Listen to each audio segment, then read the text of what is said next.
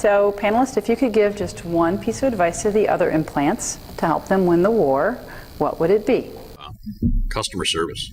In my opinion, every business on the planet is doing the same thing, and that's creating happy customers. And the guy who's got the most happy customers at the end of the day wins.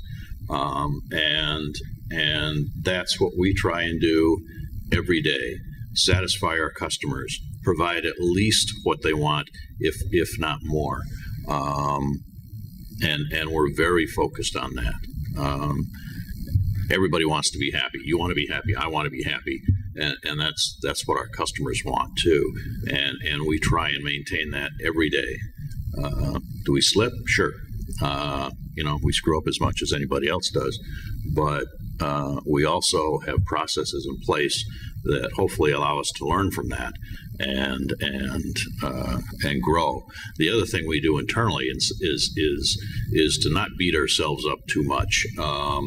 If we do something that's incorrect, but we catch it before it impacts on the customer, that's a completely different situation for us than if, in fact, it impacts on the customer. That's a real mistake. If it happens inside, we catch it, and the customer sees, and it's transparent to the customer.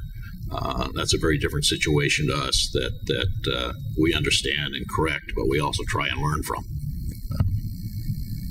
So I guess from my point of view, happy customers is the driver for everything that we're doing.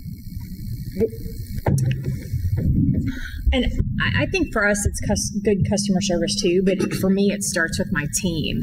And my team can get burned out really quick when they're getting a lot thrown at them. I'm sure Ron and Tim's folks are the same way. So we do a lot of celebrating. I get a lot of lunches, popcorn, cookies, you name it. But we try and drive a lot of energy in our print shop. I'll order new shirts for them, or I'll try and make it a great place to work for my team, because I think if they're happy to come in every day, it's going to show in what they're doing. They're going to catch the mistakes. They're going to do all of those things and deliver that superior level of customer service. But it's hard. It's hard to be that cheerleader every day, but find it, and your team will help deliver that service. And we celebrate. The recognition for us is huge in our company. Of course, customer service is the prime thing that you want to consider. But you also have to make sure that you're taking a few minutes to look at your people and making sure they have the tools to work with. Is that down to the cutter that works properly, or is it the training? And I think both of those issues are extremely important. The one thing you'll notice immediately after a person gets trained on a piece of equipment they were stumbling with is all of a sudden their production picks up.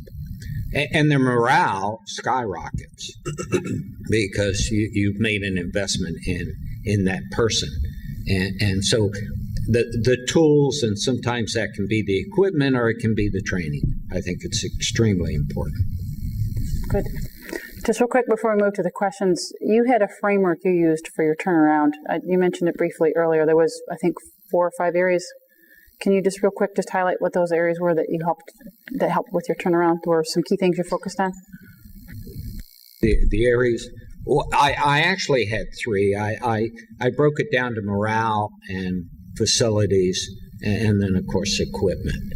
And so I had to set out goals. Of course, it couldn't all be done overnight, but I made sure I tackled each one of those. And whether it was sitting down with everyone in the print shop and doing one-on-ones and listening to what their needs were, or talking to the facilities manager to get the proper plumbing or water treatment in the shop, and then finally is knowing what we were doing.